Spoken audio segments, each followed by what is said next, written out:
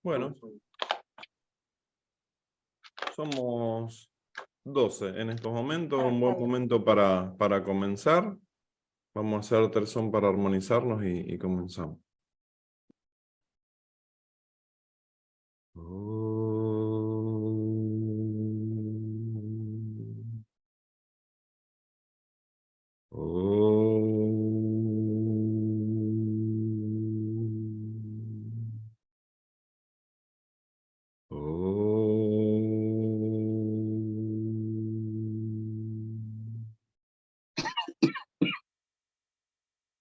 Buen día, Zairam. Bienvenidos somos todos a este nuevo círculo de estudios. Decíamos que somos 12, ahora se están sumando más compañeros, así que bienvenidos serán todos los que se vayan sumando. Hoy vamos a comenzar de la página 357, vamos a leer 4 páginas. Está continuando esta charla que está teniendo Vasista con Shiva. Recordemos que Vasista le está narrando todo esto a Rama, pero le está contando el momento cuando se encontró con Shiva y Shiva le respondía preguntas a Vasista. Y hoy vamos a hablar de la mente, el funcionamiento de la mente, cuerpo sutil o Puryashtaka. No sé si alguien sabe cómo se pronuncia y si no me pido perdón. Puryashtaka. Sairam, vamos a dar comienzo entonces a la lectura. Recordemos entonces, son palabras de Shiva las que estamos leyendo. El funcionamiento de la mente, cuerpo sutil o Puryashtaka. El sentimiento de ego o ahankara, que es la base de la mente, surge precisamente en el momento en que la conciencia toma conciencia de sí misma en su interior. Con el menor pensamiento, este sentimiento del ego, que no es otra cosa que conciencia, se derrumba como una roca por la pendiente de una montaña. Sin embargo, incluso en ese momento, ese sentimiento del ego solo es conciencia, que es la realidad de todas las formas y todas las experiencias. El movimiento del aire vital o prana produce una representación en el interior y un objeto que parece estar en el exterior. Pero la experiencia de la representación es la conciencia pura. El prana aparentemente inerte de la sensación táctil, que llamamos sparsha, entra en contacto con su objeto y aparece el sentido del tacto. Pero la conciencia de la sensación táctil solo es conciencia pura. También es el prana el que permite a la nariz oler los aromas que son modificaciones de esa misma energía. Pero la conciencia del olor es conciencia pura. Si la mente no está unida al sentido del oído, no es posible oír. También es la conciencia pura la que experiencia el sonido. La acción surge del pensamiento. El pensamiento es la función de la mente y la mente es conciencia condicionada. Pero la conciencia, de hecho, es incondicionada. El universo solo es una representación en la conciencia, como una imagen que se refleja en una bola de cristal, pero la conciencia no está condicionada por esa reflexión.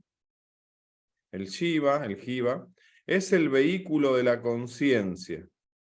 El sentimiento del ego ahankara es el vehículo del jiva.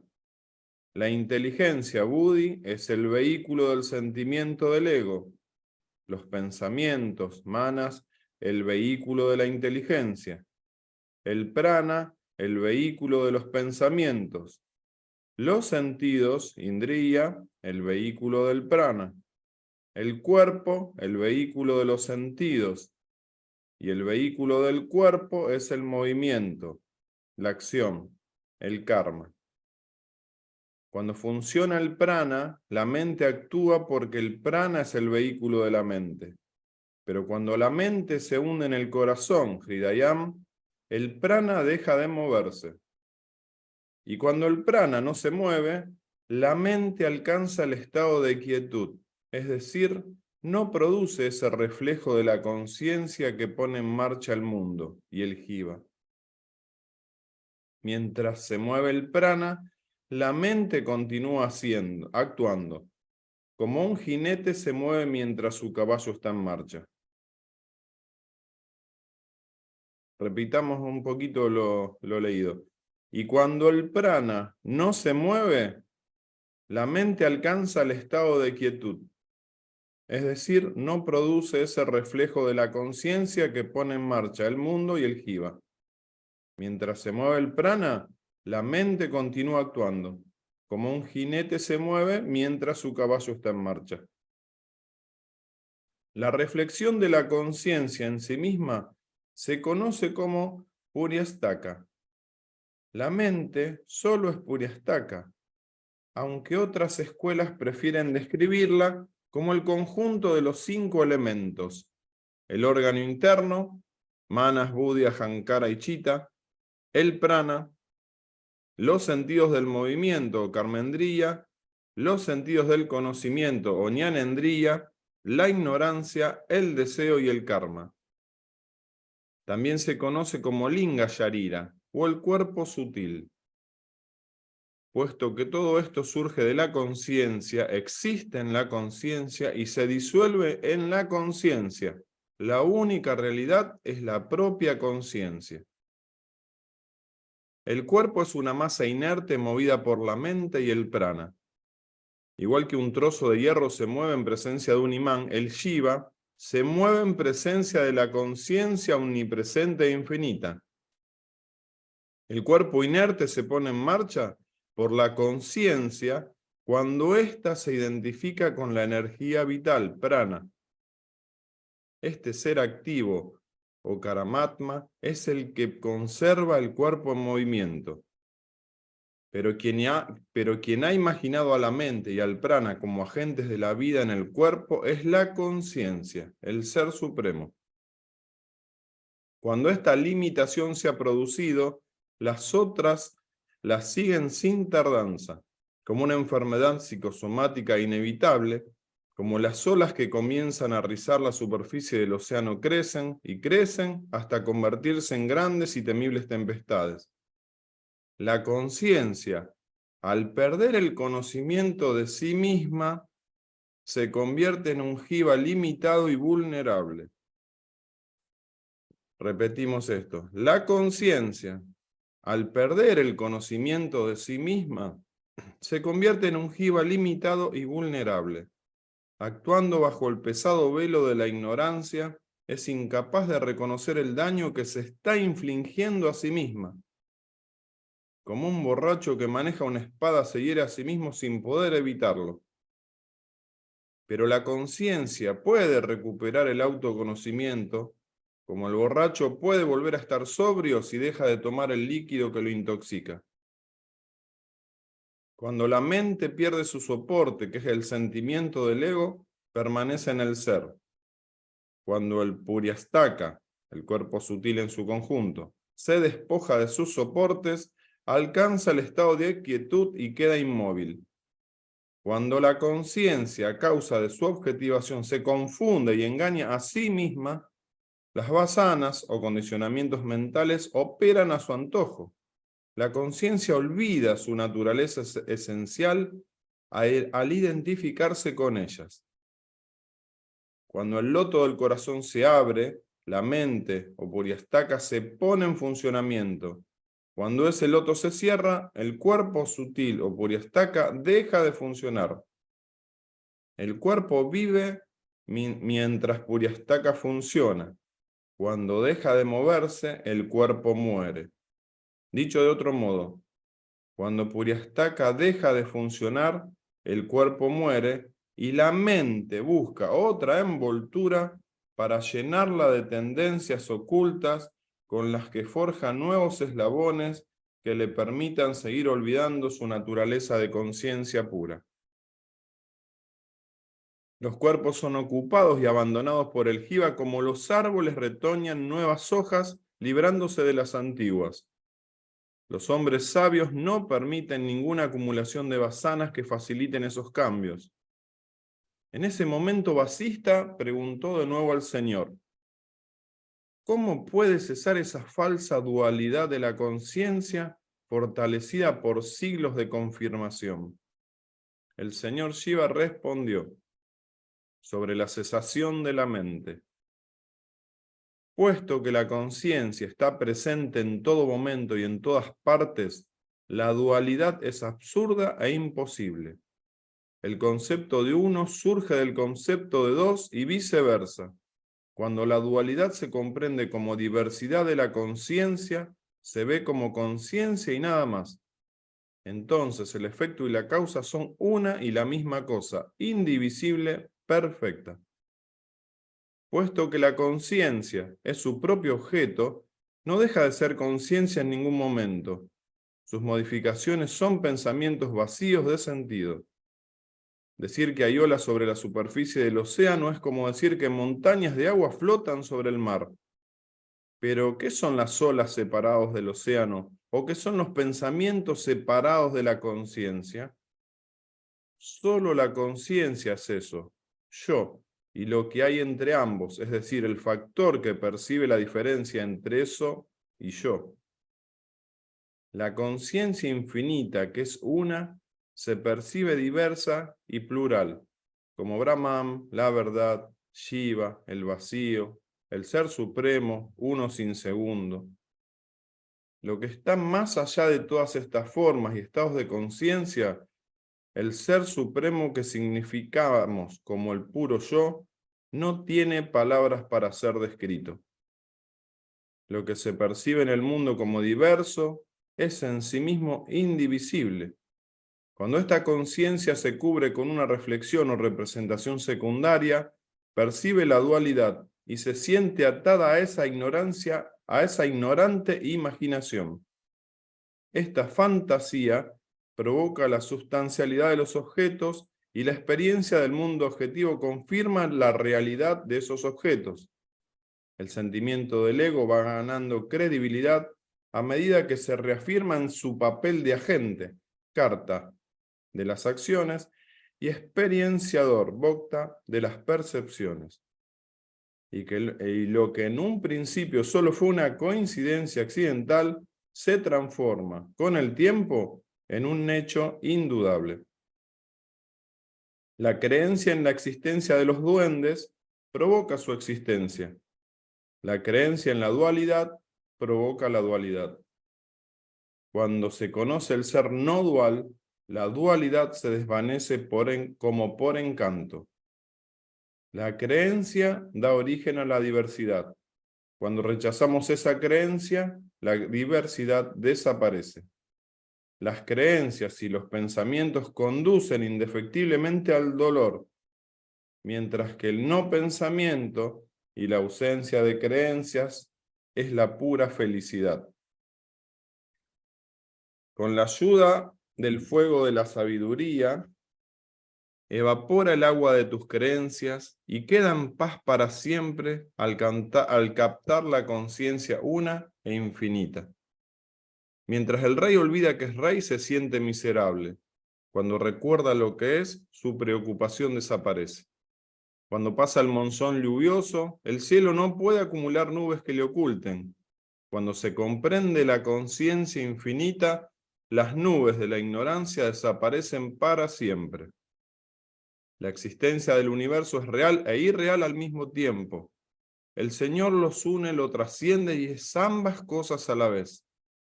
El universo es conciencia manifestada, pero en su forma inmanifestada también es conciencia. La objetivación de las percepciones provoca el autoolvido del ser, pero incluso en ese estado de diversidad y actividad, la conciencia permanece realmente libre e indivisa, porque es el Brahman siempre inmóvil, aparentemente manifestado como universo en virtud del instrumento de la mente y sus tres aspectos o modos, la vigilia, el sueño onírico y el sueño profundo. Y ahora vamos a leer la última partecita, las fases de tranquilización de la mente. Cuando la mente es destruida por la mente, el velo se rompe y la verdad de este mundo ilusorio queda al descubierto. La idea de mundo objetivo y de jiva individual desaparecen por completo. el estado en el que la mente purificada abandona la costumbre de construir imágenes objetivas se conoce como Pashyanti. Es un estado de homogeneidad de conciencia parecido al sueño profundo, que impide la aparición de nuevos pensamientos. Es el primer estado de tranquilización mental. Ahora voy a describirte el segundo estado. La conciencia desprovista de mente es toda luz, libre de oscuridad, hermosa y pura como el espacio. La conciencia se libera a sí misma de todas las modificaciones y dualidades y permanece como en un sueño profundo o como una figura todavía no esculpida en el mármol. Abandona los conceptos de tiempo y espacio y trasciende el movimiento y la inercia. Permanece como puro ser más allá de toda expresión. Trasciende los tres estados de conciencia y permanece en el cuarto, Turiya, que es el estado de la conciencia indivisa. Este es el segundo estado de tranquilización mental. Y termina. Ahora voy a describirte el tercero. Está más allá de lo que se indica con el término Brahman, el ser, etc.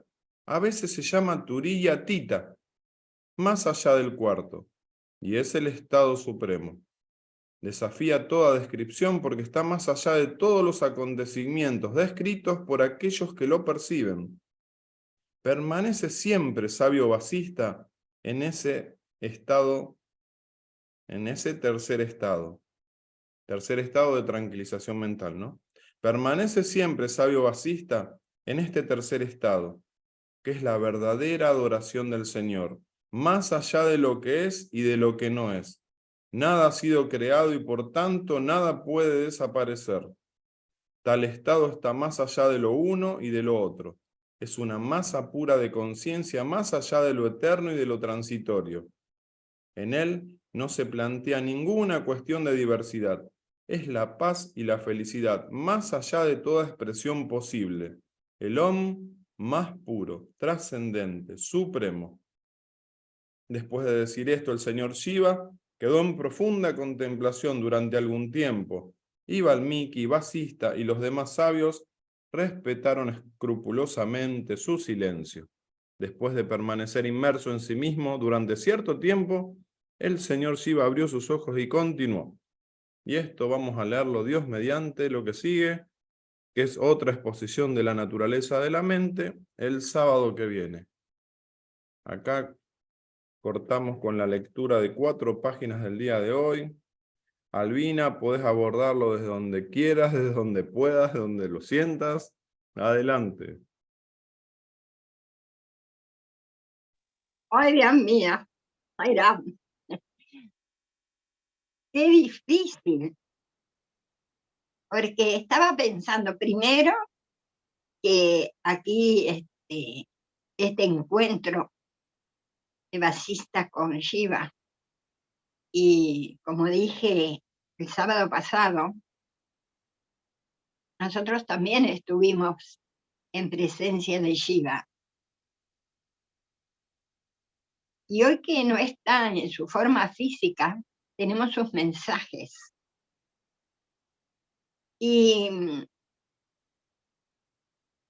cuando empecé a leer los mensajes de Baba, que hablaba sobre el servicio, sobre el amor, empecé a trabajar todo eso, porque pensaba que era importante, hasta que con el paso del tiempo me di cuenta, gracias a la gracia de Baba, que lo que había que hacer era controlar la mente. Y justamente, hablando de mi propia experiencia, amar no me resulta difícil, no me resultó nunca difícil. Hacer servicio tampoco. Pero lo que sí me resultó tremendamente difícil es esa lucha con la mente. y que es la base de todo. Y como Baba dice, ¿no? Que la mente nos esclaviza o nos libera. Y por algo está allí también, ¿no? Y tomando algo que voy a tomar para esta primera parte, porque si no estaríamos hablando horas cada uno, es esta parte, yo diría segundo párrafo de lo que leíste Horacio, que habla de los vehículos. El jiva es el vehículo de la conciencia. El sentimiento del ego, el vehículo del jiva. La inteligencia, buddhi, el vehículo del sentimiento del ego. Los pensamientos. Y así va hablando de los distintos vehículos. Y me imaginé que un vehículo para funcionar tiene que tener, en un caso de un auto, la nafta, ¿no? En el caso de una bicicleta tiene que subirse alguien para que pueda rodar. O sea que el vehículo necesita de algo. Y entonces se me vino a mi mente, ¿no? Que destruyendo ese vehículo o no dándole lo que necesita para funcionar, lograríamos o lograría ese estado de quietud, ¿no? Como dice, cuando el prana no se mueve, la mente alcanza el estado de quietud. Es decir, no produce ese reflejo de la conciencia.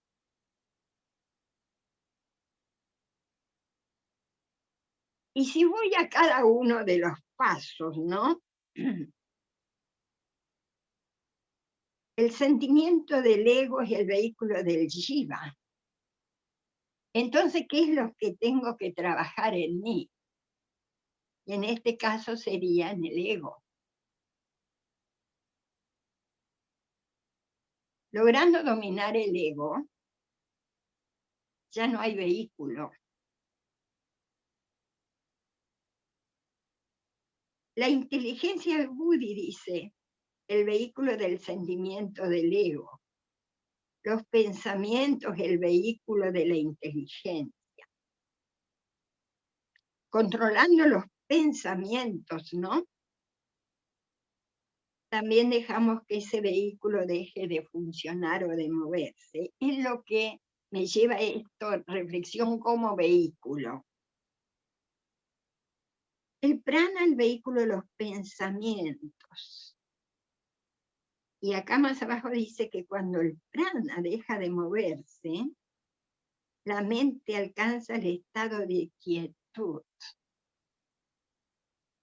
Es decir, no produce ese reflejo de la conciencia que pone en marcha el mundo.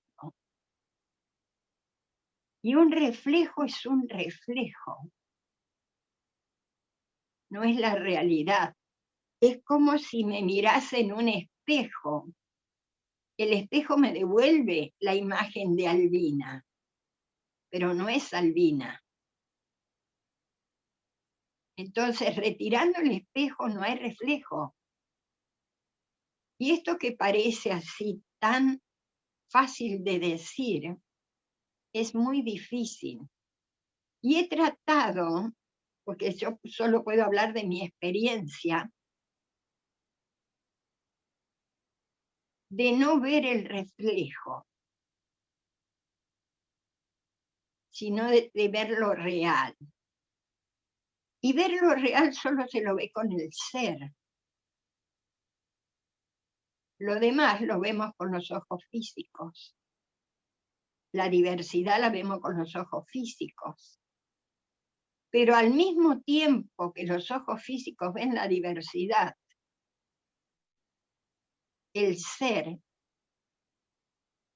ve la unidad. Y me llevó a una imaginación, ¿no? Porque todo eso lo puedo imaginar, que cuando el ser ilumina, ¿vieron cuando nos ilumina una luz o la luz del sol? No vemos los objetos, desaparecen, estamos encandilados. Entonces así se me ocurre es cuando el ser nos ilumina, nos encandila de tal manera que ya no vemos la diversidad. Y voy a dejar acá porque esto que leíste o que hemos leído, pues yo lo voy siguiendo con la vista, tiene muchos puntos y todos son muy importantes. Pero a mí para este primer, digamos, en cual me toca empezar primera, me llamó la atención lo de los vehículos. Así que trataré de trabajar en mí misma, en esos vehículos, para que dejen de ser o de funcionar en mí. Bueno, Qué Zaira. lindo. Cuando decís eso me acordaba, Albina, esta semana escuché, creo que una neurocientífica, no sé qué era, qué título tenía, y ella explicaba, hablando del poder de la mente y lo creadora que es, ¿no? Decía que el 90% de todas nuestras preocupaciones mentales nunca ocurren después. Quedan en nuestra preocupación mental, nunca llegan a ocurrir.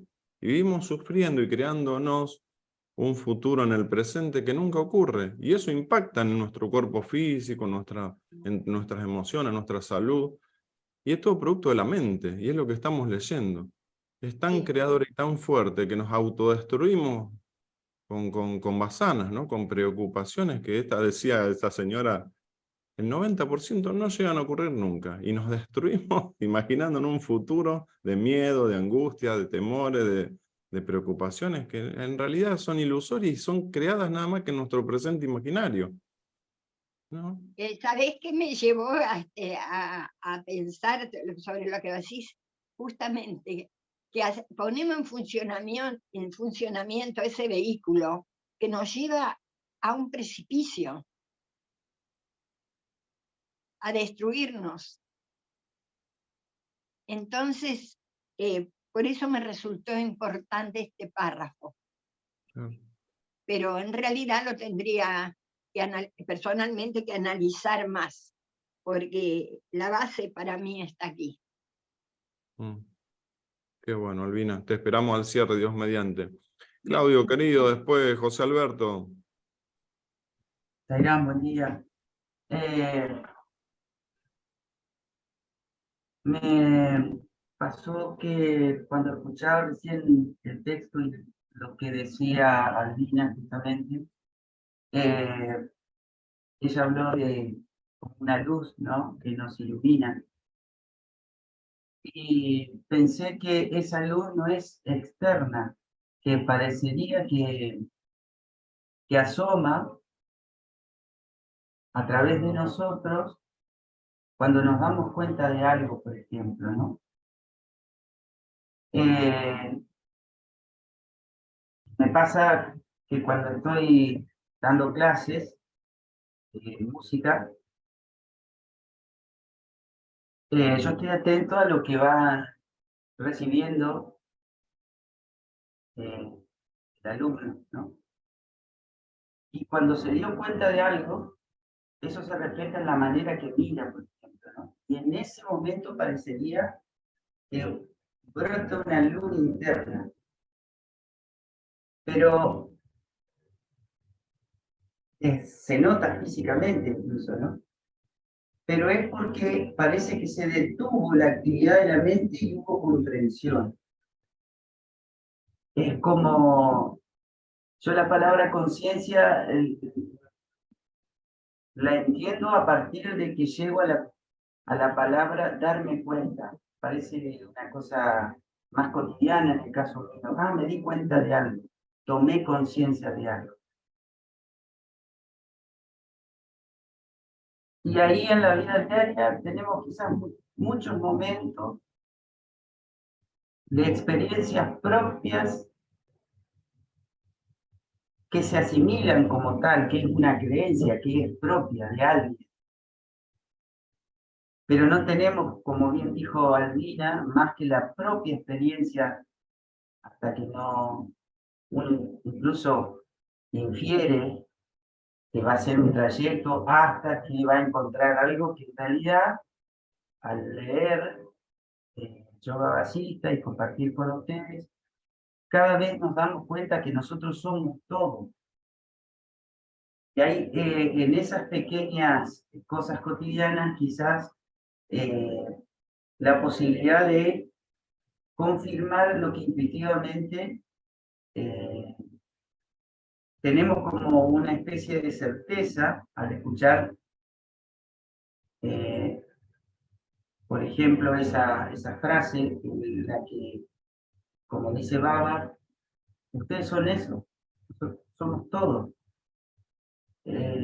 Estamos más cerca, creo yo, cuando nos damos cuenta de algo, me pasa eso, que uno queda intensamente sin actividad en la mente. Entonces ahí se refleja. Es como que la mente fuera un velo que cubre eso que es una luz de darnos cuenta constante, pero que cuando está la actividad en la mente se interrumpe.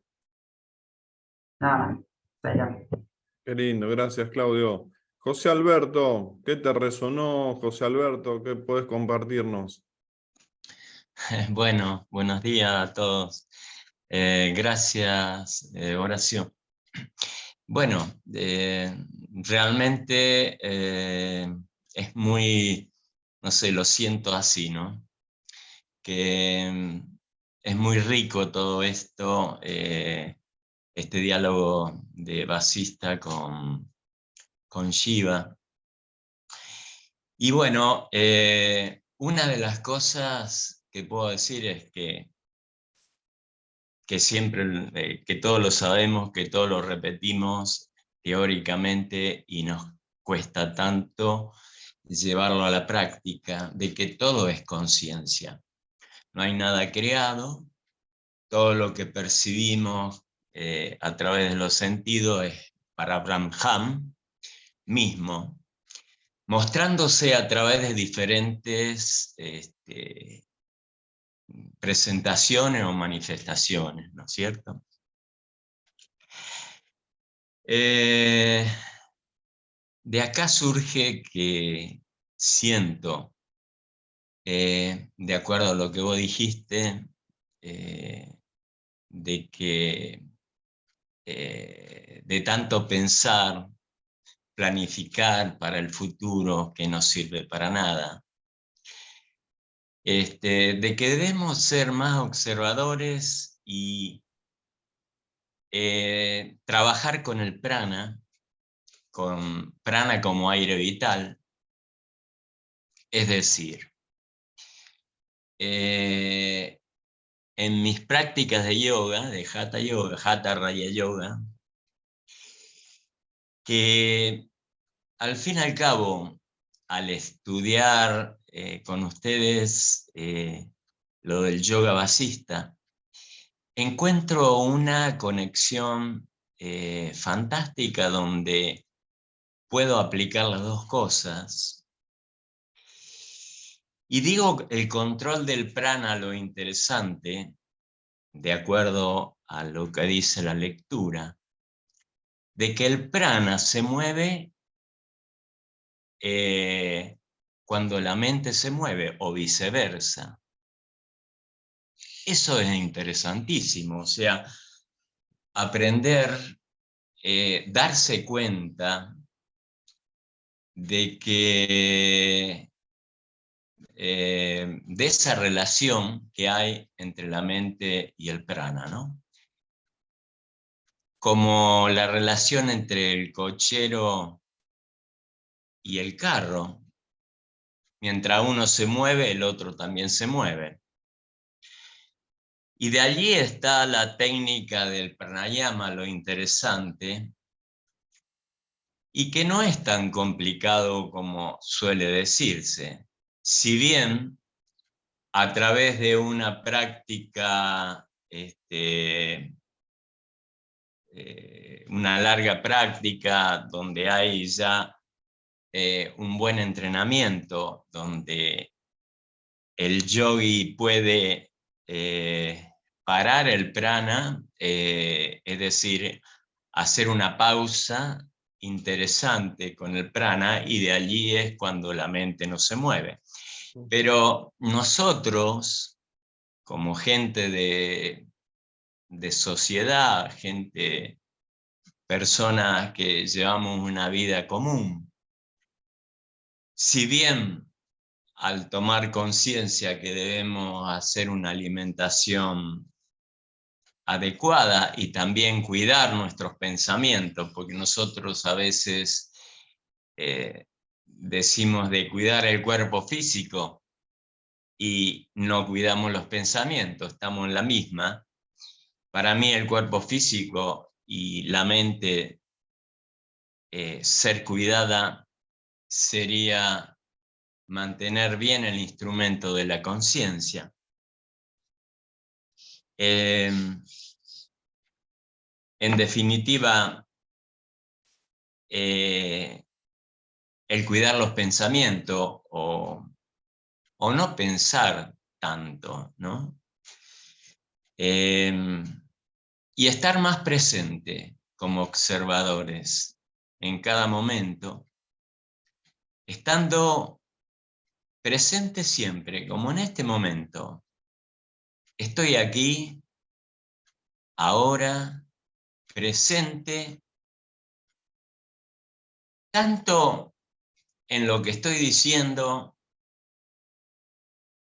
como el tener en cuenta al que me está escuchando, como también el funcionamiento, mi funcionamiento interno en cuanto a emociones, y estar totalmente despreocupado, porque si yo puedo hablar, el otro me puede escuchar.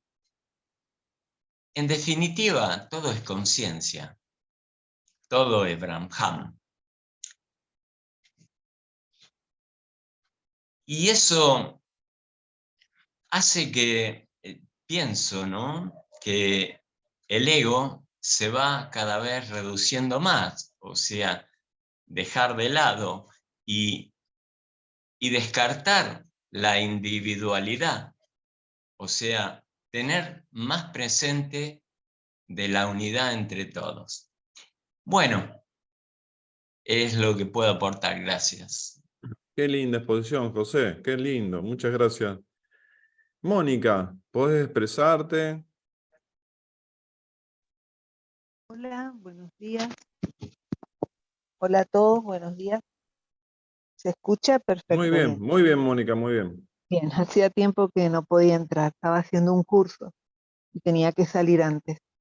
Bueno, a ver, yo no escuché toda la lectura, pero alcancé a asociar algo. Me parece que ha sido un texto como de alto impacto. La lectura de hoy es como muy poderosa si la tenemos que ir analizando, ¿no? Y bueno, como me perdí al principio, más o menos lo que he notado cuando hablaban de la luz que nos ilumina, quizás para comprender esto, creo, ¿no? Yo creo que la esclavitud que a veces podemos llegar a infligirnos es permanecer en la ignorancia. Y este círculo es una oportunidad para poder desintoxicarnos, los círculos de estudio. Y la claridad y verdad de este libro es lo que somos. Y con toda esta sagrada información interna que dispara, que eso es lo que yo veo como la luz de la que hablamos, la información interna que nos surge después, todo lo demás es periférico y producto de la ignorancia. Cuando Vasista pregunta ¿Cómo puede cesar esa falsa dualidad de la conciencia fortalecida por siglos de confirmación? Bueno, es porque yo he notado que en varias partes del texto a veces habla de conciencia y de conciencia pura. Es como si hubiese una diferencia entre conciencia y aquella que no es pura. Por eso digo que es para analizarlo mucho. Y bueno, ante esta pregunta, yo creo que el cuerpo se contacta de tal manera con la conciencia que no es pura, digamos, y comienza a, a experimentar la realidad viendo separaciones, divisiones, formas, nombres, porque esa conciencia que no es pura se contacta con la mente. Por eso ve todo lo que ve, formas, divisiones, examina, compara, contrasta, separa, clasifica, trata de dividir todo y de ceñir la realidad en términos de palabras y conceptos. ¿Por qué? Porque está olvidando que hay otra forma de experimentar la realidad, y es a través de la unidad. Y ahí es donde para mí experimentar la realidad a través de la unidad, el vehículo necesario es el amor de unidad para poder unir. De todas maneras, los seres generalmente nos sentimos fascinados por la multiplicidad y la ignorancia en la que estamos, recordando que la ignorancia es eso que se explicó en algún círculo, que es la creencia de que existe una realidad diferente de Brahman. A esa ignorancia me refiero. Y esa ignorancia nos hace creer que somos la ola diferente del océano. Y creo que ese es nuestro desafío, fundirnos en nuestra verdadera naturaleza divina. Bueno, ese es mi aporte pequeñito. Qué Gracias lindo, por el momento. qué lindo, Mónica, qué lindo. Muchas gracias. Bueno, a ver Bueno, si pueden expresarse dos conciencias inconscientes, que son Dani y Cristian, a ver si están disponibles. Hablando de conciencia pura y conciencia. A ver si pueden expresarse, por ser que están en actividades laborales. Vamos a ver. Bueno, vamos a dar un tiempito, Dani y Cristian, si no por chat lo expresan. Eva, que no te expresaste el sábado pasado, no sé si pudiste escuchar lo leído. Zairán. Zaira, sí, he escuchado la lectura, lo estoy analizando y realmente para poder hablar sobre la mente hay que trabajarlo todos los días, ¿no? Ir dejando los pensamientos, tratar de pensar menos, ir rechazando también los pensamientos malos, los pensamientos que nos van juzgando, y es un trabajo diario que se debe hacer con la mente. Zaira. Sí, tal cual. Gracias, Eva. Cristian, Dani, cuando puedan expresarse, levantan la mano, lo ponen por chat, ¿eh? Siéntanse cómodos. Gerardo, querido, ¿qué estás sintiendo? ¿Qué te está resonando lo leído? Hola, buen día, Sairam, ¿cómo están?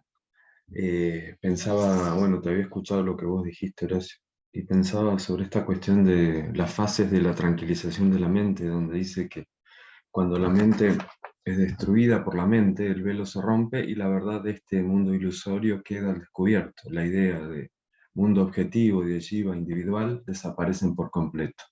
El estado en el que la mente purificada abandona la costumbre de construir imágenes objetivas se conoce como Pashyanti. Yo pensaba cuáles eran los comportamientos, analizando mi mente desde un estado bien silencioso y de testigo, y uno de los hábitos más nocivos que le encuentro es el de adjetivar lo que ve, adjetiva, evalúa, califica, condena, acepta, rechaza. Y entonces me vi practicando el hábito de no juzgar, porque fue una indicación en un sueño. practica el hábito de no juzgar, me dijo, yo creo que fue un sueño que tuve con Jesús. Y en ese sueño, y me fue tan fuerte, tan potente la frase, practica el hábito de no juzgar, antes de que yo supiera de Advaita o de algo, que lo tomé como una actividad que siempre me estoy recordando. Y vi esto que vos dijiste, Horacio, cómo montones de situaciones y miedos infundados que tenemos se deshacen solos. Vos dijiste que hay mucha cantidad de cosas que nosotros pensamos en nuestra mente que nos van a pasar, y miedos y qué sé yo, que nunca terminan pasando. Bueno, esto yo lo experimenté gracias a esa frase y a ponerla en práctica. Practicar el hábito de no juzgar. Es uno de los hábitos más grandes que tenemos, porque estamos invitados constantemente por esta malla a participar, y si no ser juzgados como de alguien apático, alguien que no se involucra, alguien que no se juega, alguien que no da su opinión. Entonces es como buscar un equilibrio que hay que tener entre, más con todas estas cosas que nos está pasando en la realidad ahora, el mundo, que es un alboroto. Entonces, me parece que justamente este es el desafío. En este momento, si queremos contribuir con algo beneficioso para este juego que estamos jugando, el de tener una actitud más calma, más silenciosa, más armoniosa, más de no tirar nafta al fuego, ¿no es cierto? De tratar de calmarnos, de tratar de meditar, y de que de allí surja, si va a surgir algún pensamiento, más coherente, más verdadero, más bueno, más pacífico, más cooperativo, más de servicio, más amoroso. Como dijo Mónica, es fundamental el tema del amor. Irradiar amor, pensar amor. Si voy a pensar algo, voy a adjetivar algo que tenga el condimento del amor. Eso cambia absolutamente toda la realidad interna, porque uno se nutre de esa vibración, vibra en el amor, y eso indefectiblemente se va a tener que empezar a manifestar en lo externo. Esas son las semillas que podemos plantar, pensamientos amorosos, compasivos, y bueno, después esperemos en lo externo que se manifieste eso, si es lo que tiene que pasar. Zaira. Che, Gerardo, qué difícil no juzgar, ¿eh? Está re lindo tratar de intentarlo, pero qué difícil, ¿eh? Yo me vi en esa situación practicando el hábito de juzgar, y en un momento me sentía como una heladera. Digo, wow, me observaba a mí mismo viendo, no reaccionando frente a las cosas que antes me pasaban. Lo que pasa es que con Baba se me deshicieron todas. Yo era un apasionado del fútbol y me veía como el Tano Pazman. ¿Vos te acordás del Tano Pazman cuando descendió Que se River? ponía Esa nervioso. escena. Yo era como el Tano Pazman. Después vean lo que era mi ira y mi pasión por el fútbol. Y con Baba se me deshizo todo, porque puso las cosas en un estado mucho más equilibrado. Claramente se lo agradezco de corazón, porque también es menos sufrimiento, es mucho más armonioso, mucho más sano. ¿Viste? Imagínate yo hoy viendo la final de Argentina-Francia, porque vos que sos futbolero, ahora sí me entendés, la final de Argentina-Francia. ¿Entendés? Y no adjetivar. ¿Entendés? Fue tremendo, porque no podía, me quería comer la mesa de los nervios que tenía. Pero bueno, ahí estamos. ¿Viste? Sí, También, también no darme con un caño, lo redisfruto y está todo bien, pero lo disfruto desde otro lugar, mucho más armonioso. Nada más. Lo importante es saber dónde está la meta, ¿no? Y ir Claro, tratando de mejorar. Después, tal bueno, cual. dependerá de cada uno. Yo tuve un sueño de que Baba me mostraba un ovillo, porque yo veía que las enseñanzas de Baba eran maravillosas, pero tenían 3,5 millones de puntas de hilito para tirar. Baba lo que me decía era agarrar una punta del hilo y empezar a tirar. Una punta del hilo. Concentrate en un conocimiento, hace una práctica, pero hacela bien y hacela perseverantemente. Entonces lo que hacía yo en el sueño, comenzaba a tirar del hilo. Cuando comencé a tirar del hilo, se empezó a desenmarañar todo. Empezar por una cosa, tranqui, pero por una bien hecha. Y el ovillo se deshizo todo y se me abrió una puerta dorada a donde estaba él del otro lado. ¿Entendés? Él estaba parado y en ese sueño Baba me dice, vení, te voy a mostrar mi plan para la humanidad. Y me lleva una computadora y me muestra la imagen. Pero no se las voy a contar lo que me mostró. De malo, ¿no? No, miento. Continuará, No, Gerardo. les cuento, es broma. La pantalla era toda una pantalla del color como que tiene Teo atrás. ¿Dónde está Teo? Ah, apagó la cámara, Teo.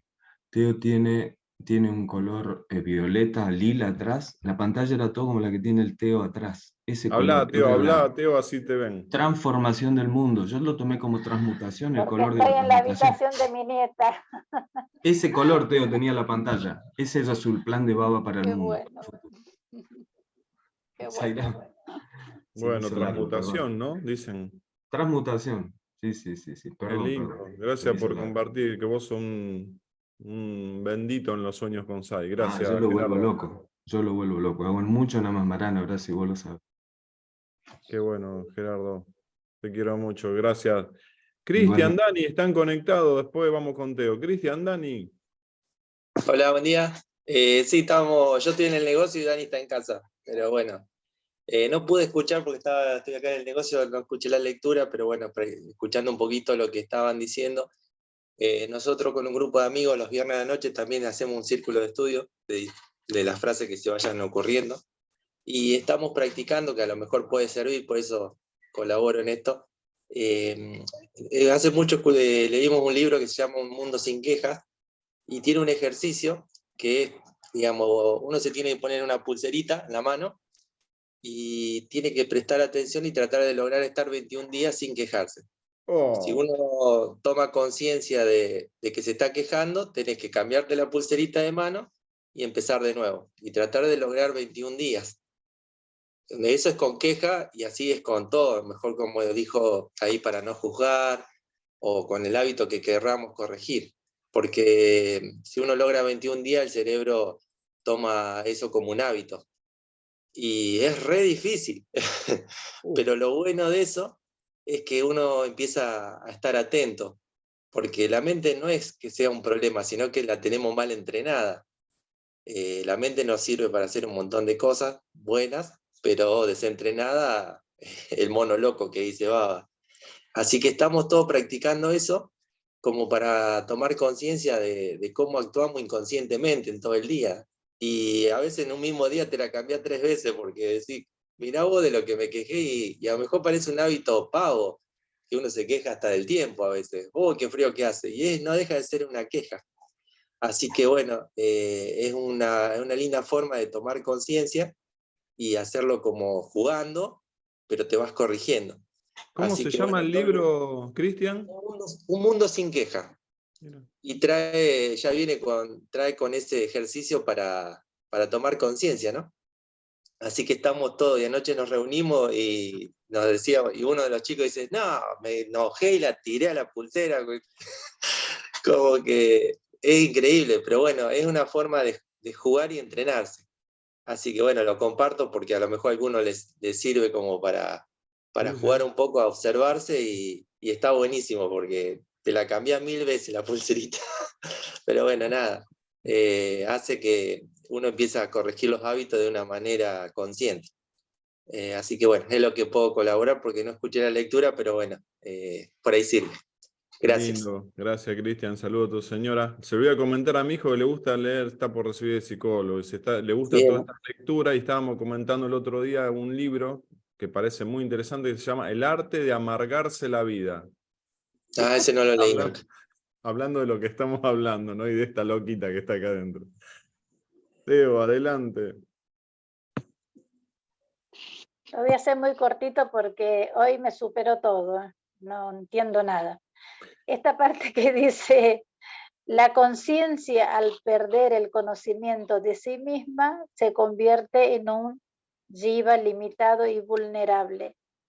Y a mí se me hace que andamos por el mundo como zombies, como que perdimos el rumbo y no sabemos a dónde vamos. Y que estamos permanentemente buscando una salida, pero la mente nos lleva a donde se le antoja. Eso es lo único que puedo decir, porque está lindísimo, pero lo tengo que volver a leer y escuchar muchas veces porque hay muchísimas incógnitas para mí en esta lectura. pero es lo que yo pude, en un momento me vino cuando leíste esa partecita de que la conciencia, yo digo, somos como zombies caminando por la calle, no sabemos a dónde vamos, ni de dónde venimos, pero bueno, con esto seguramente que vamos a encontrar el rumbo. Zaira, gracias. Tal cual, coincido, Teo, tal cual. Silvia, adelante, Silvia. ¿Qué tal? Buen día. ¿Te escucha? Muy bien. Ah, bueno, yo lo marqué que me quedó esta frasecita. Dice, cuando la mente pierde su soporte, que es el sentimiento del ego, permanece en el ser. Y entonces después describe cómo es cuando uno no está en el ser. Que dice que hay objetivación, que se confunde todo, que se engaña uno a sí mismo, a través de basanas y condicionamientos mentales que operan a su antojo. Dice, la conciencia olvida su naturaleza esencial al identificarse con ella. Y bueno, es todo un tema. No es sencillo, pero por ahí es importante, no sé, para mí, ¿no es cierto?, ir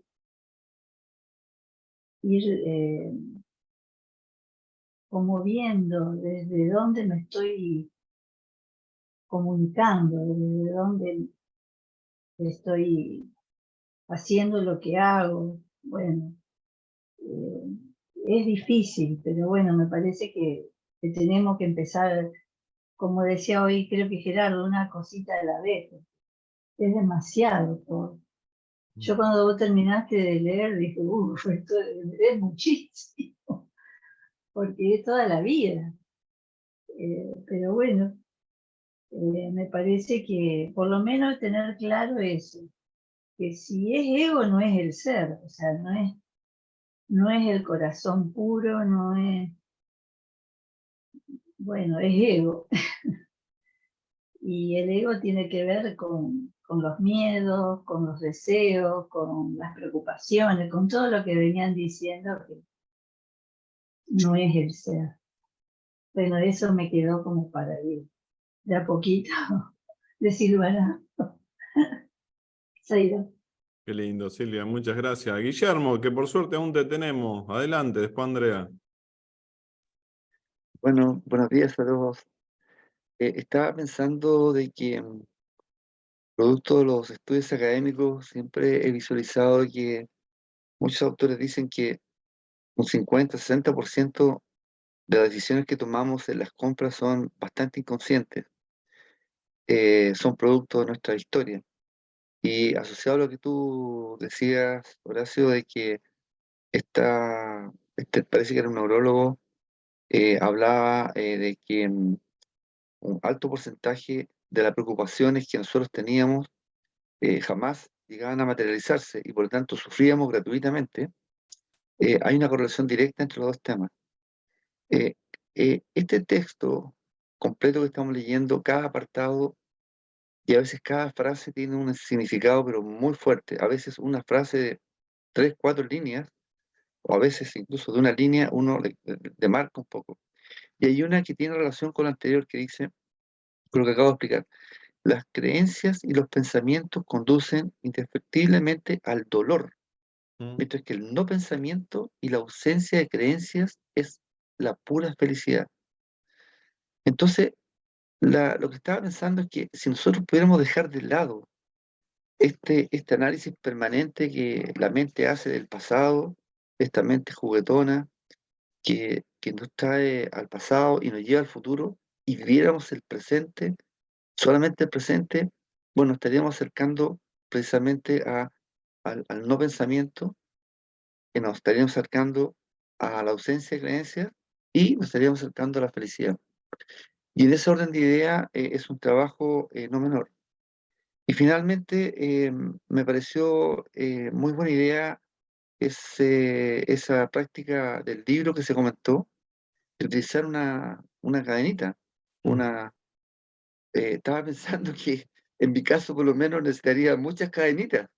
Una cadenita, ¿no es cierto?, para evitar el dolor, una cadenita para no hacer una expectativa, una cadenita para evitar el deseo, una cadenita para no juzgar. Tendría que estar muchas cadenitas y probablemente al principio tendría que estar cambiándomela de mano frecuentemente. Bueno, en una de esas capaz que parta por una cadenita y por una de las tendencias. Si es así, les cuento cómo me va. Muchas gracias. Claro, ahí utilizá la técnica de Gerardo, de un hilito solo del ovillo. Empezá con una. Muchas gracias. Gracias, Guillermo. Andrea. Bueno, buen día.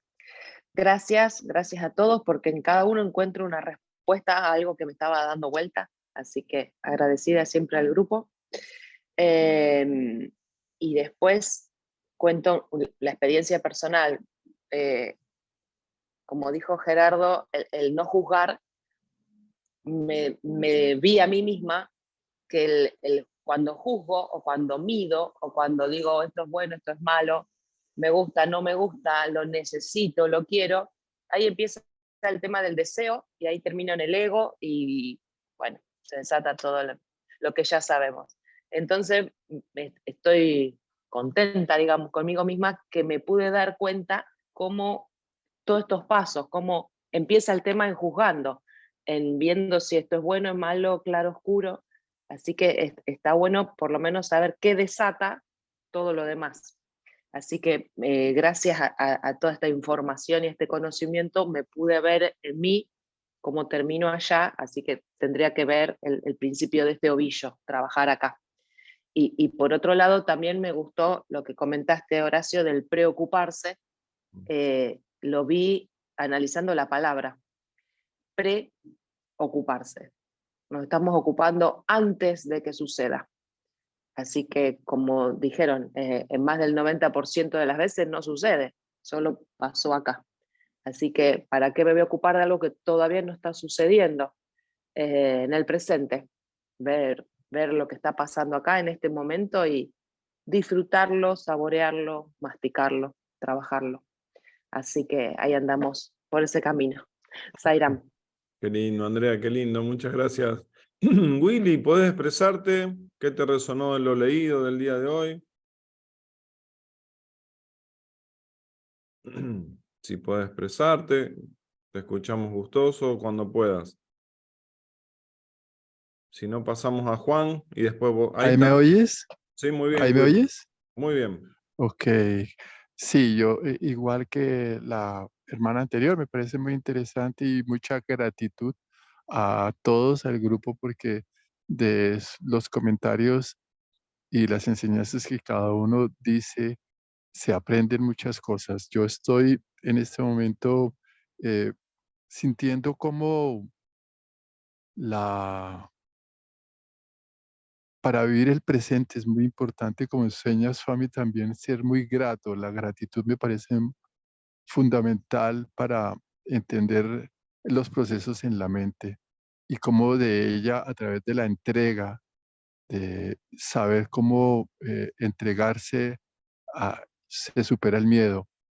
Y muchas de las sensaciones que tengo se superan sencillamente asimilando como la omnipresencia, la omnisciencia y la omnipotencia de Dios son cualidades que debo reconocer en mí a través de esto que enseña el señor Shiva, que es la entrega, que es el autoconocimiento, el autosacrificio y entender cómo la felicidad mía depende mucho de las decisiones que voy tomando en la medida que tomo conciencia. Creo que ese darse cuenta que decía José y esa conciencia que expresaba Mónica son aspectos que uno va ampliando en la medida en que no es el darse cuenta de cómo piensa uno, sino es la conciencia que se va expresando de una manera natural y que ese dualismo que muchas veces tenemos para interpretar el mensaje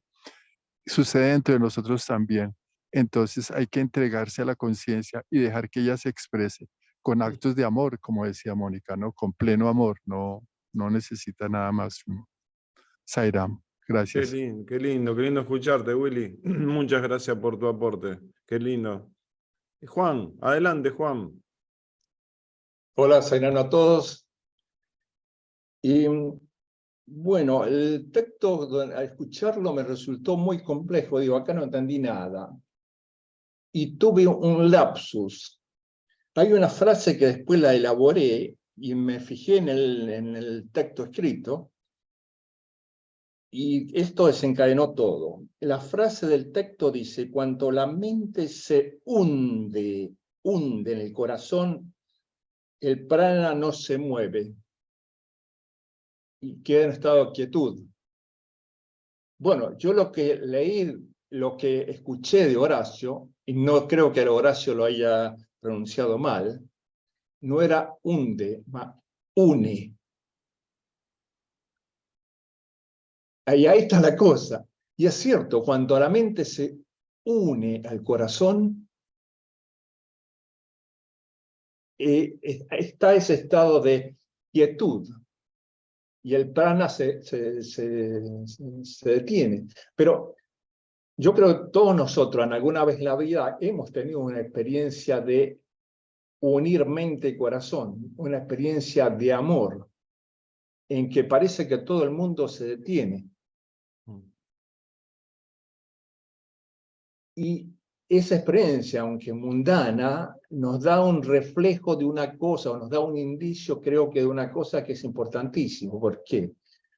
Yo también he hecho Hatha Yoga con Shivananda por mucho tiempo, y es cierto, después de hacer el pranayama, Hatha Yoga, lo que sea, me siento mucho más en contacto con mí mismo, en mi aquí y mi ahora, siento mucho más mi cuerpo, pero ese es el estado inicial de preparación. Swami habla mucho del amor, y el amor es una llave mucho más fuerte que todos esos ejercicios de pranayama, porque mucha gente se queda solamente en el pranayama, o en el ejercicio de Hatha Yoga, siente su cuerpo mejor, se siente aquí y ahora, pero aquí y ahora sí, el prana está parado. Pero yo creo que la experiencia de sentir esa detención total del tiempo y en contacto íntimo con la otra persona, ese amor, es un indicio también muy accidental, muy mágico, muy con poco control. No es sistemático como el yoga, pero nos da también una fase que creo que es importante, y es la que tendría que venir después, a mi juicio, de la sesión de yoga. Y bueno, y cuando la mente cuando el prana se detiene, todo vuelve todo está en su lugar y todo va bien. Eso es lo que me impactó, pero es interesante cómo me engañé. La palabra hunde, la mente se hunde en el corazón. Yo escuché la mente se une al corazón. Bueno, pero son como sinónimos para tu interpretación.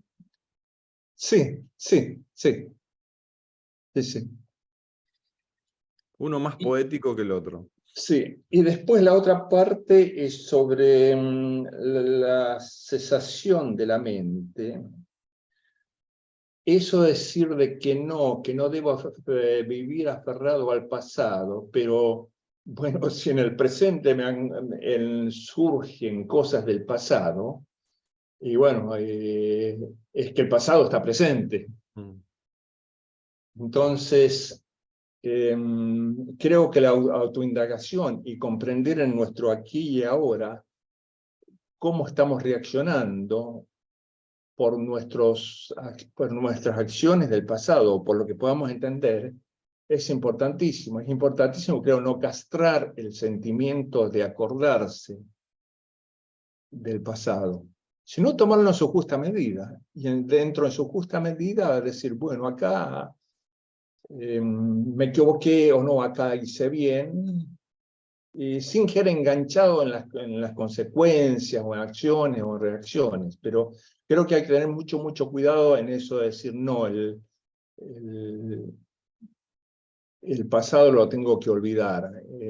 No sé, mi interpretación probablemente alguno disentirá, pero bueno, yo lo pienso así, gracias. ¿Qué frase te mandaste, Juan? El pasado está presente. Es una realidad, Juan. Seba, adelante, Seba. Después vamos con Dardo y el cierre de Albina. Zairán, buen día a todos, muchas gracias. Bueno, gracias a Swami también. Me gustó mucho el sueño de Gerardo, donde Swami le decía que tomara la puntita de la madeja y empezara a desenmarañar todo.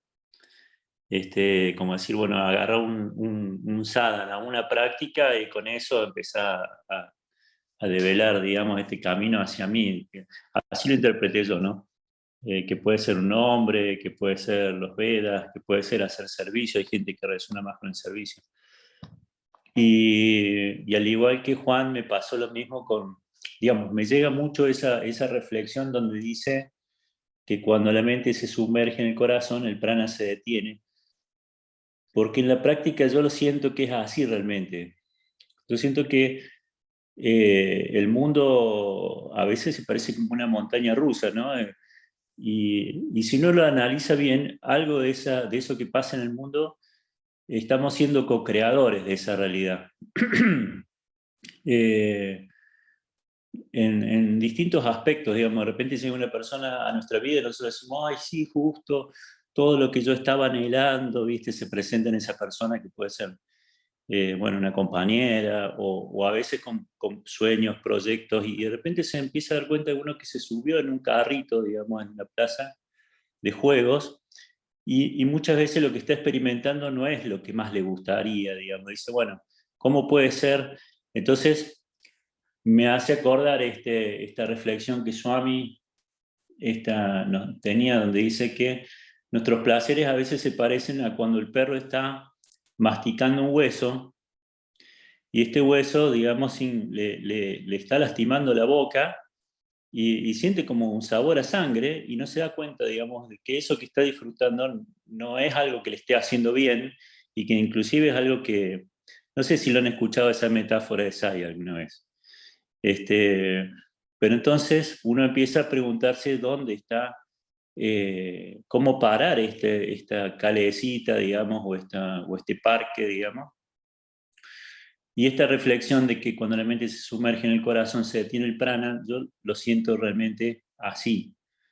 Siento que cuando con nuestra mente vamos a nuestro corazón, y en nuestro corazón tenemos la concepción de que está la divinidad instalada, y miramos con atención y forma sostenida, empezamos a sentir como un placer. Como un placer de decir, bueno, acá estoy con Dios, estoy completo. La vida no está pasando por la esquina. La vida pasa por donde yo estoy, digamos, porque la divinidad está acá, está conmigo. Sai está con cada uno de nosotros. Entonces, a veces nos permitimos hacer experiencias en el mundo porque estamos acá para crecer, para vivir, para experimentar, digamos, y otras veces, cuando la calecita se acelera mucho, a mí en lo personal digo, bueno, este es mi momento de ir a mi corazón y encontrarme ahí con Sai. Y es tan gozosa esa experiencia que uno dice, ¿cómo no pongo el énfasis para que todos los momentos e instantes de mi vida sean así? Sean tomar ¿cómo no pongo el énfasis para vivir todo el tiempo de esa conciencia de la dignidad que está en nuestro corazón? Porque en ese momento yo siento que somos instrumentos más que nunca, y nuestras potencialidades trascienden mucho a lo que estamos nosotros acostumbrados a ver de nosotros mismos, digamos. Es como podemos ser instrumentos de Él si nuestra conciencia se enlaza con Él. Entonces, y uno se pasa a sentir completo. Siento, no hace falta nada, Él está acá, todo esto que estoy buscando está conmigo. Bueno, me valoro también todas las cosas que nos hacen reflexionar en el esfuerzo de la búsqueda espiritual, como cuando Daniel hablaba, ¿viste?, de ponerse la pulserita, de decir, bueno, 21 días voy a tratar de no juzgar, Y uno dice, bueno, estoy pensando en esto de que todos esos esfuerzos que nosotros hacemos por acercarnos a Dios, en algún momento Dios nos va a retribuir, digamos, por ese esfuerzo que estamos haciendo, cultivando nuestro carácter, cultivando nuestra conducta, y eso es lo que le da como un sabor especial a la novela o a la historia de la vida, nuestros sacrificios para llegar a algo. Siempre nos resuenan, las películas que más nos llegan son las películas donde vemos que hay sacrificios, hay valores, hay esfuerzo. Y lo mismo pasa con la película de nuestras vidas. Cobra sentido cuando nosotros hacemos un esfuerzo, digamos, para acercarnos a esta vivencia de la realización, de la comunión con Dios y esta experiencia del amor. Por otro lado, una cosita más, me acordaba que uno de los mensajes de esta semana de Swami, el mensaje del día, hablaba de que lo más importante de todo era el amor, más allá de que todas las prácticas y cosas así eran no diría anecdóticas, pero como que sin amor, digamos, que lo único importante es esta vivencia desde el amor y que la liberación que estamos buscando es una experiencia de vivir en amor todo el tiempo, que en eso consiste la liberación, que no es un cielo al que estamos aspirando más allá el día que nos muramos, sino que es vivir con amor todos los días de nuestra vida hoy. Y es un mensaje muy universal ese. Lo voy a buscar y lo voy a pegar en el chat y les voy a decir qué mensaje del día es para no extenderme mucho más, porque siempre suena más lindo expresado de la palabra del avatar que lo que yo estoy tratando de reflejar de esa palabra. Muchas gracias, Sairam. Gracias, Eva, gracias. Dardo, adelante, Dardo. El analítico de las lecturas, Dardo. Ah, sí, bueno. Bueno, ahora vamos a traer otro análisis. No, como vos lo analizás, Dardo, es impresionante, sos muy didáctico. No será mucha mente. Mucha mente.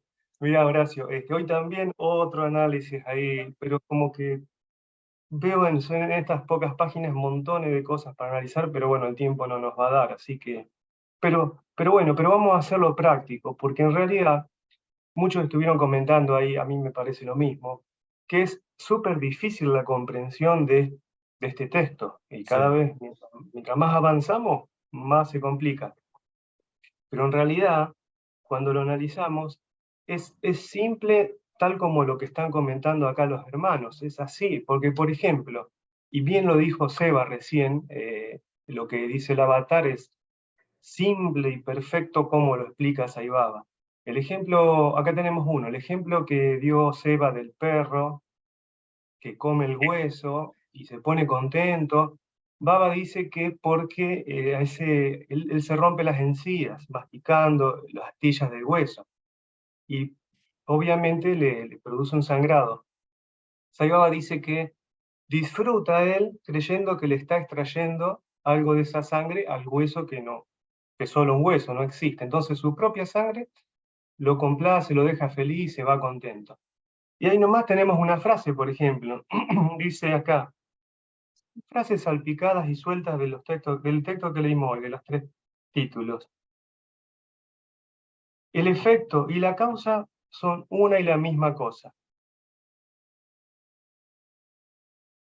La conciencia es su propio objeto. O sea, el perro y el hueso es lo mismo, es decir, la conciencia es su propio objeto. El ejemplo vendría a ser que él de su propia sangre disfruta y se siente complacido, es decir, no tuvo que ir a buscar algo externo como el hueso. O sea que todo lo que estamos viviendo y se ve manifestado y sentimientos que tenemos, pensamientos, está todo dentro de esa misma conciencia y encima los objetos que vemos, que exteriorizamos nosotros, es la misma conciencia que somos nosotros. Y es difícil el texto, ¿por qué? Porque tiene cosas que no las hablamos en el diario vivir. Son palabras o frases que no las vemos de esa forma. Por ejemplo, acá me anoté, todo el tiempo nos está tirando frases como la objetivación de las percepciones. La fantasía provoca la sustancialidad de los objetos. Son cosas muy complicadas que nos lleva a tener que pensar qué está queriendo decir. Pero en realidad, como esta otra. Abandona la costumbre de construir imágenes objetivas. Ahora, todo mental, Dardo. Vos fíjate que todo mental. Exacto, pero fíjate que es simple, Horacio, porque te dice, leí todas frases sueltas, ¿no? Abandona la costumbre de construir imágenes objetivas. Y uno se pone a analizar qué es todo eso. Y recién lo dijo Eva, lo dijo José Alberto. ¿Para qué pensar tanto? Esa es la costumbre de construir imágenes objetivas.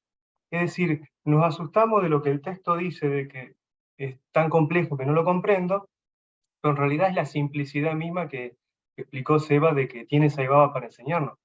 Abandonen tantos pensamientos. Lo mismo el ejercicio que hace Gerardo, aparte de la Masmarana, el no juzgar.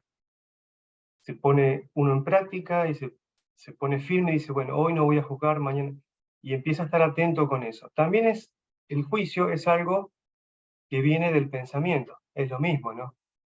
Y ese pensamiento porque quiere seguir insistiendo y seguir apareciendo. Yo tengo una anécdota muy linda con juzgar en India que, no sé, creo que la conté una vez, pero después al final la puedo contar así rapidito, de que había estado practicando no juzgar porque yo sé que eso es otra vez pensamiento que ocupa la mente, en vez de a la mente limpiarla, la lleno de cosas. Bueno,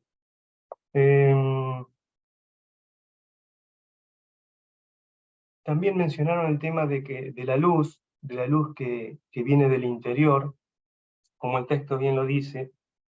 Cuando la mente se elimina, la conciencia desprovista de mente es toda luz, toda luz. Es decir, a medida que la mente se va disolviendo, podemos ver esa luz interior, como creo que lo relató Pablo Parodi en una de las reuniones, cómo él, su camino se iba, contó en ciertos momentos, no me acuerdo cómo fue, que él vio toda una luz que quedó tan encandilado que no pudo percibir más lo de alrededor. Creo que 2 o 3 veces lo contó.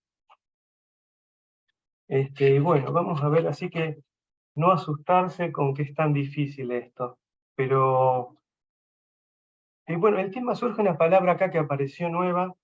Las reuniones pasadas veníamos hablando de la proyección, que la mente proyecta al mundo externo, que ahí aparece. Igualmente, el objeto y yo y lo que está en el medio es lo mismo que es uno, ¿no? La conciencia. Aparece una palabra, no sé si será nueva, pero me resaltó en esta lectura, representación. Representación, dice. El movimiento del prana, el movimiento del aire vital o prana, produce una representación en el interior.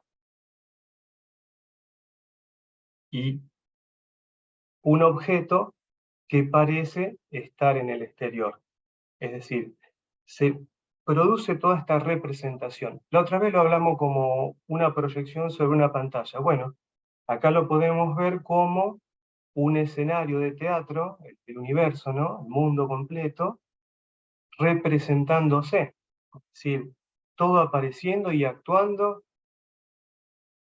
y exponiéndose para nuestro trabajo interior, para terminar con esta ilusión y disolverlo. O sea que,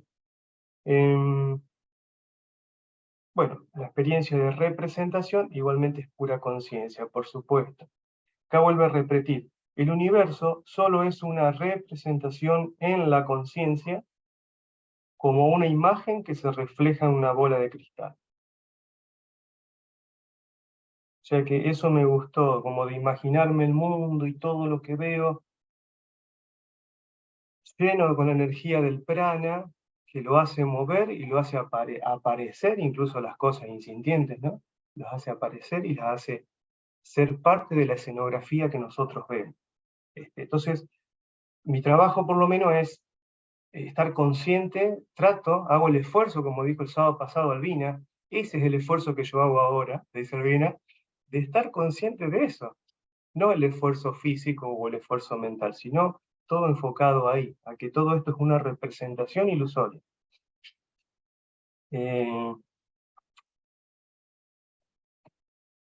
Bueno, siguiendo con esto, es como hace el ejemplo del imán cuando atrae un pedazo de hierro. Es la conciencia que hace mover a todos los pibas. Está linda esa metáfora.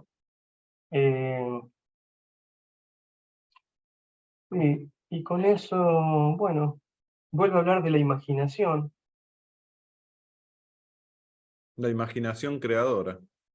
Sí, y vuelve a decir otra vez la representación, esta como el teatro que yo digo cósmico. Otra frase acá, estamos en la parte de la cesación de la mente. Cuando esta conciencia se cubre con una reflexión de reflejo, o representación secundaria, otra vez, representación secundaria, como bien dijeron por ahí, no es lo real esto. Estamos tapando con lo irreal, con esta representación, por eso la palabra secundaria también es importante. Ahí percibe la dualidad y se siente atada a esa ignorante imaginación. Otra vez, ¿no? Y ahí está la frase que leí hoy yo. Esta fantasía de imaginar provoca la sustancialidad de los objetos. Ahí hablaba Gerardo recién de adjetivación, es decir, todo lo que veo le pongo un adjetivo, digo esto es así, esto es así, y atrás de eso viene el juicio. Acá tenemos otra palabra muy importante, que está muy relacionada y muy parecida, objetivación. Lo que nos dice Vasista es que cuando yo tengo la imaginación de tal cosa, le pongo el prana, le dejo que la energía transcurra por ahí, y lo hago objetivo, es decir, lo creo. A veces por ahí tenía significado objetivo, fuera del sujeto que lo conoce. Es decir, yo mismo, con la fuerza del prana, de la conciencia, lo hago objetivo allá afuera. Es decir, las cosas las notamos materiales, pero lo estamos haciendo con la potencia y la energía de la conciencia. O sea que objetivación de las percepciones, justamente, lo proyectamos, lo hacemos material objetivo, lo percibimos y ahí provoca el autoolvido del ser, dice. Autoolvido del ser. Y encima lo juzgamos después. Ni hablar, está todo ahí, es decir que es una tontería total eso del juicio, ¿no? Porque si somos todos uno, y todo es uno, ¿en qué sentido tendría juzgarlo? No tiene ningún sentido, más allá. Bueno, pero ahí está lo que dijo Albina al principio, yo estoy tratando de eliminar el ego y se acaba todo el problema.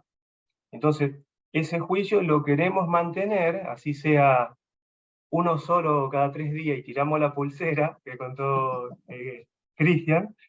¿Qué pasa? Tiramos la pulsera y volvemos a hacer la práctica.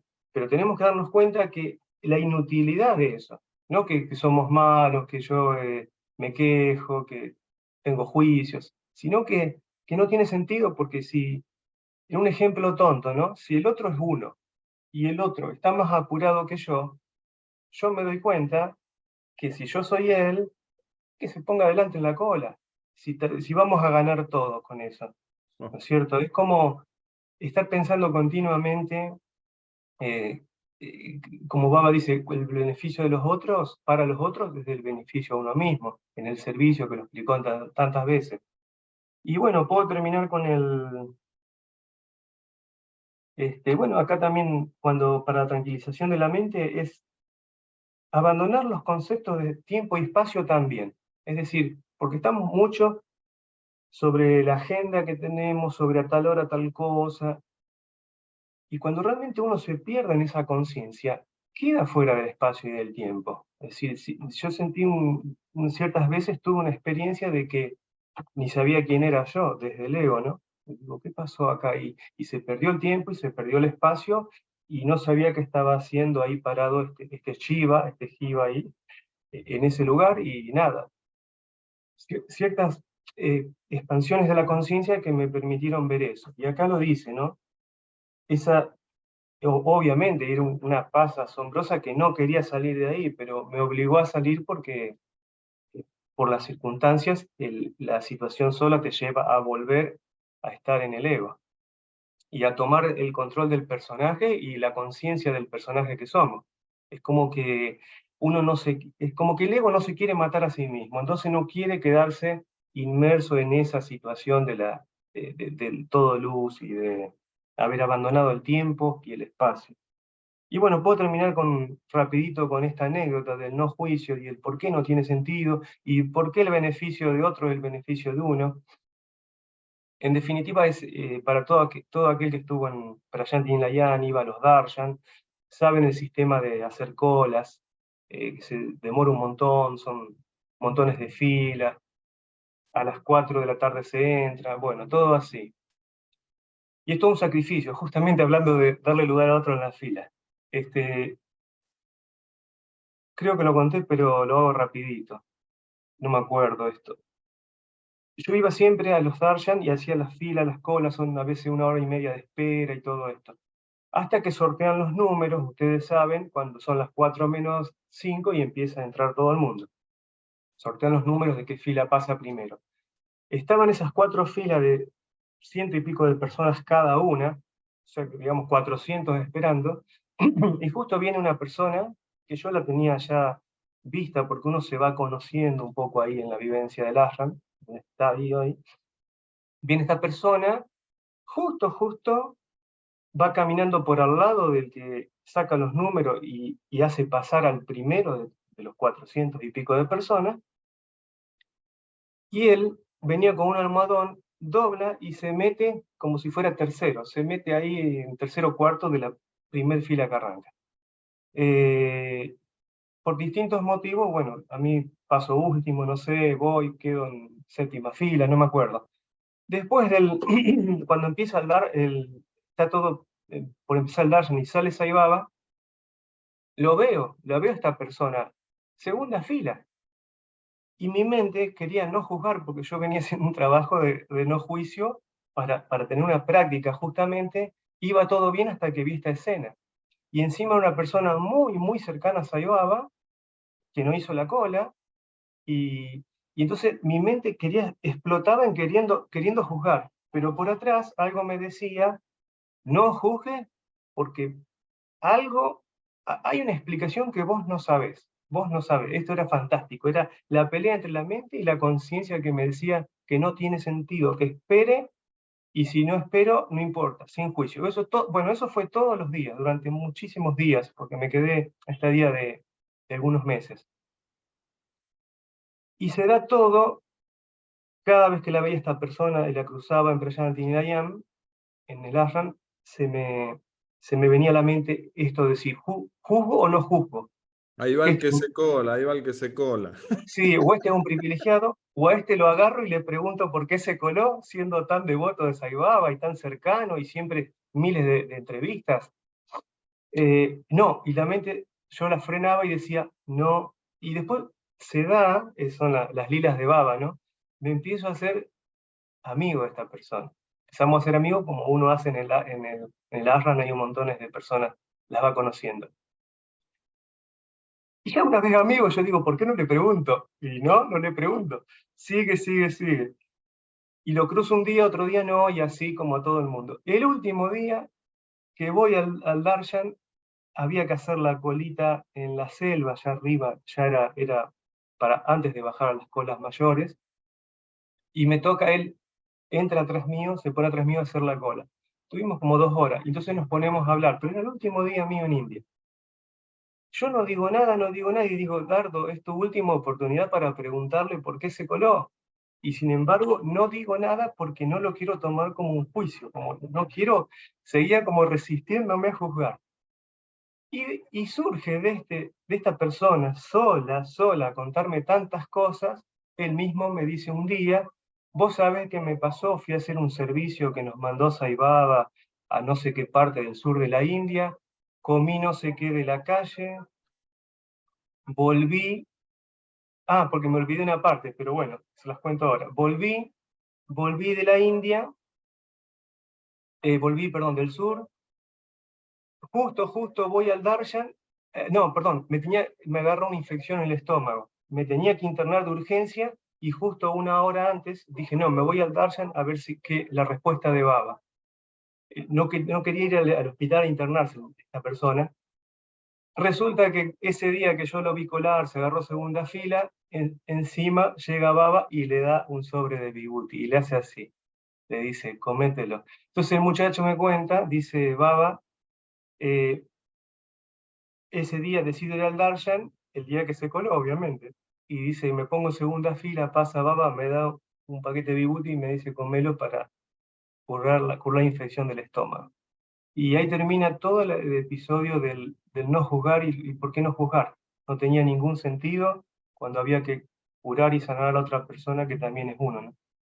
Así que bueno, todo un sufrimiento el trabajo interno de uno. Ocupamos mucho tiempo, Horacio, lo siento, ¿verdad? No, Zairán. Gracias, Dardo. Albina, el cierre del día de hoy, Albina. Me gusta tanto escucharlos a todos. Por eso siempre al empezar tomo un párrafo, porque yo sé que después se van a encargar cada uno de tomar todos aquellos puntos que también me interesaban y que de una manera distinta me muestran más simplificada la explicación de lo que yo me hubiera hecho al leerlo. Así que les agradezco infinitamente. Se habló del amor, y la cualidad del amor es justamente no juzgar. Y Baba dice que el amor da y perdona. Así que ese es el amor, ¿no es cierto?, que uno tiene que empezar por practicar. Y hablaron mucho, y Dardo sobre todo, sobre adjetivar. El adjetivo, bueno, como maestra, tenemos sustantivo y adjetivo. La silla es blanca, o es negra, o es grande, o es de hierro, o es de madera. ¿Qué pasa con la mente? La mente toma el sustantivo y el adjetivo. Y lo que tenemos que tratar, o lo que tengo que tratar, es de ver el sustantivo sin ponerle el adjetivo. O sea, que veo una silla, veo un hombre, veo una mujer, veo una niña, veo un niño, punto. Sin adjetivo. El adjetivo sería el estar juzgando. Bueno, esto como todavía residuos de maestra que me queda. Y en realidad, a veces digo, esto voy a dejarlo para el final mientras lo leo con Horacio, y resulta que después los queridos hermanitos me van demostrando otra cosa. Y aquí voy a retomar cuando dice que el cuerpo es una masa inerte movida por la mente y el prana. Y el prana, dice acá, ¿no es cierto?, es el vehículo de la mente.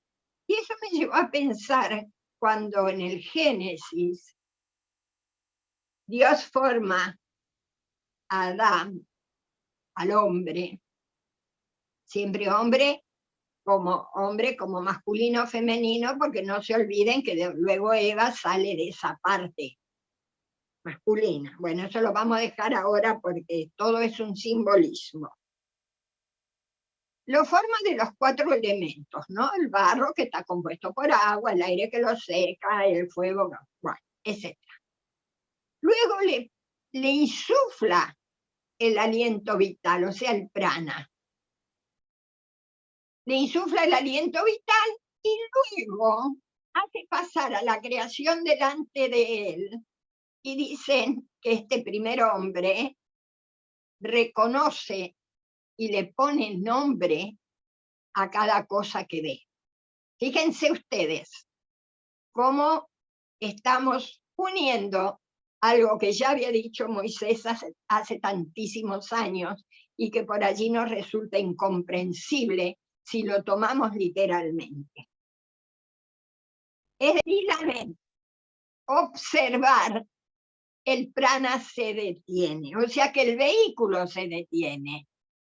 Entonces, para llegar a comprenderlo para mí misma, ¿no? Ahí está. Tenemos que dejar de alimentar al vehículo, de ponerle al vehículo lo que necesita para avanzar, porque nos lleva a un lugar de destrucción en sí misma, para nosotros mismos. Y, a ver, Albina, entonces, Albina, con sí. respecto a la adjetivación, me surge mentalmente ahora esta interpretación, como que también son etapas, porque Saibaba nos dice, vean lo bueno, hagan lo bueno, o sea, tenemos que estar juzgando, o sea, una primera etapa sería adjetivar hacia lo positivo todo, y después como una etapa superior basta de adjetivar.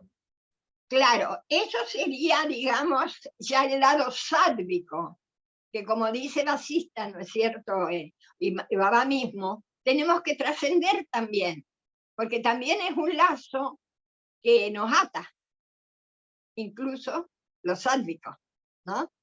Pero por ahí tenemos que empezar, porque si no, ¿por dónde comenzamos? Sería el hilo que dijo Gerardo. Ese sería uno de los hilos. Y luego, cuando dice que la existencia del universo es real e irreal al mismo tiempo, a mí me llegó a imaginar, ¿no? Cómo el sol ilumina todo aquello que mi mente va, digamos, a captar. El sol lo ilumina, entonces veo la diversidad de todo. Pero si mi vista estuviera puesta fija en el sol, haría que quede tan encandilada que no vería ya los objetos. Y esto me hace imaginar que tiene que pasar con la conciencia, con el ser. Si estoy inmersa en el ser, si mi mente está inmersa en el ser, va a ver todo lo iluminado que es conciencia y también la luz que es la conciencia. Y ese es un trabajo mental también, por ahora, en mi caso, hasta que deje de estar inmersa en eso mental para convertirse, digamos, en una sola luz. Y acá dan las 3 fases de tranquilización de la mente. Y estas 3 fases a mí me parece que son 3, que es por donde uno empieza la primera fase, que es aquella, ¿no es cierto? Cuando dice el estado en el que la mente purificada, que era lo que vos decías, ¿no es cierto?, abandona la costumbre de construir imágenes objetivas, ¿no es cierto? Y este es el primer estado de tranquilización mental. Para mí el primer paso. Luego está el segundo, que yo le llamaría paso en vez de fase. Perdón por Basista, que sabe más que yo, por supuesto. La conciencia desprovista de mente es toda luz, libre de oscuridad, que para mí sería el segundo paso, y que trasciende los 3 estados de conciencia, como dice aquí, y permanece en el cuarto, que es Turiya. Turiya. Imagínense la bienaventuranza, la felicidad total, donde ya no hay divisiones. Y para mí ese es el segundo paso, el segundo estado de tranquilización mental. Pero Basista ya está en un tercer paso, en una tercera fase, que es estar más allá de todo, más allá de lo que se indica con el término Brahman, el ser, etcétera, más allá.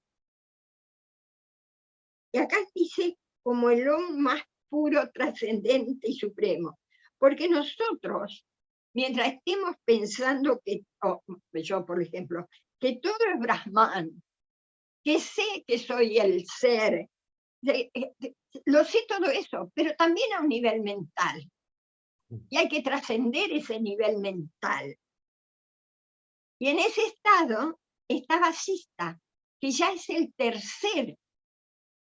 la tercera fase, el tercer paso. Y dice, es la paz y la felicidad más allá de toda expresión posible. Ya no hay ni siquiera cómo explicarlo. El Om más puro, trascendente y supremo. A mí me hace pensar o imaginar es estar ya en ese estado vibrando en el Om. O sea que es tan rica esta lectura que yo creo que tendríamos para varios círculos en realidad. Así que, bueno, pensemos llegar, por lo primero, la primera fase, que ya es mucho, de tranquilidad mental. Luego vendrá la segunda y después la tercera, que es el estado en el cual está Vasista. Bueno, hermanitos, gracias por todos los aportes, gracias por todo, y realmente siempre digo que crecemos juntos. Zaira. Y si creces vos, Albina, crezco yo. No, bueno, qué responsabilidad. Así que ponete las pilas, Albina. No, ¿Viste, Dardo? Zaira, uno interesante.